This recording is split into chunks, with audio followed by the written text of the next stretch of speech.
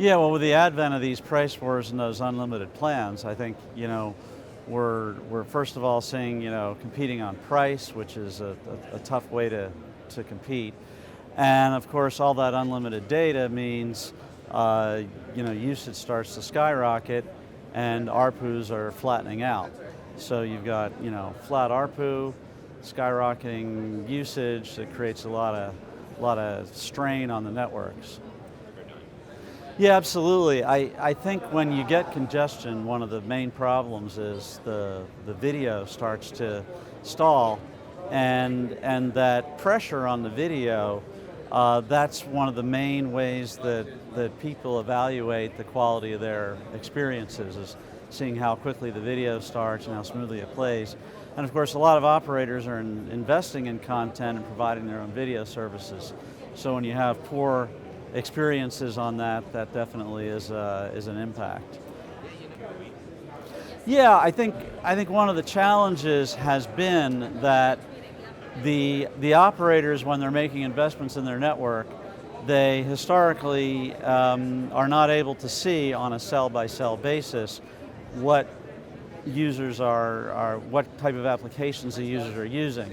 So they end up looking at the network and looking at it generically, looking at utilization, looking at basic throughput, and they're not able to see, video is stalling in this particular region, or there's poor page load time on browsing or social media and so on. So because they're not able to see what the traffic is, it's hard to manage to that and manage the network to that and make the investments based on that. And so that's one of the things that's needed now, is to improve the ability to measure those services on a cell-by-cell basis and measure the quality of those services. Yeah, well, what Vasona does is we have a mobile edge platform that goes in between the RAN and the core, and it's able to see the types of traffic that are going on a cell-by-cell basis, can determine the congestion, can figure out exactly when there's contention between those services, and then manage that contention to improve the performance of the time-sensitive services. And once that, with that great business case for getting into the network, once you have that edge compute platform in the network, you can now build on it, and it becomes transformative in that you can layer in new applications on that, and it's a programmable platform, so it allows the operators to develop their own applications, or to introduce things like IoT, network slicing to manage the resources and allocate them for the different types of services. So I think the operators really need to transition towards thinking about quality on the investments they're making.